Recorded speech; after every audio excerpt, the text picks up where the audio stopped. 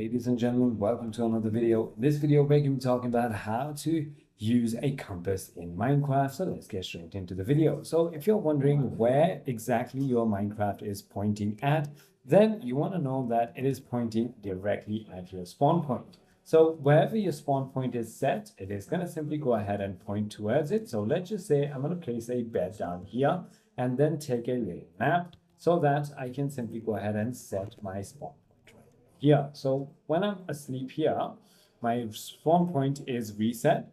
And now wherever I go, doesn't really matter. Wherever I go, my compass is going to be pointing towards my spawn point, just like that. As you can see, it's right over here. So it's pointing right exactly here, directly straight. But if I go this direction, it's going to show me back. If I go this direction, it's going to show me left. And if I go this direction, it's going to show me straight. So I hope this video clarifies everything for you. If you have further more queries, feel free to comment down below and I'll see you on the next one.